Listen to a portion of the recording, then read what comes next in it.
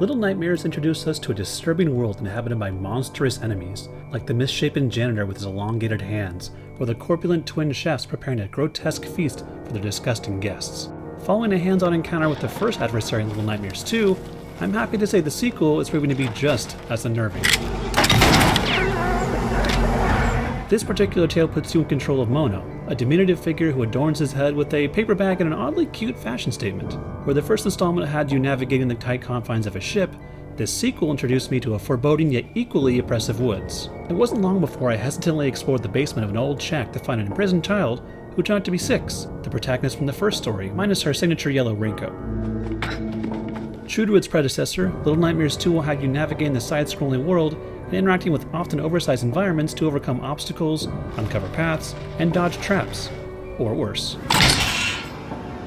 The locations are suitably haunting as they are engrossing, with every discarded item and object telling a story you aren't quite sure you want to hear the ending to. The true danger in my hour-long demo took the distorted form of the Hunter, a truly disturbing bag-headed foe armed with a trusty hunting shotgun. The Hunter's appearance is marked by some excellent use of ominous lighting and skin-crawling sounds that made quite the first impression.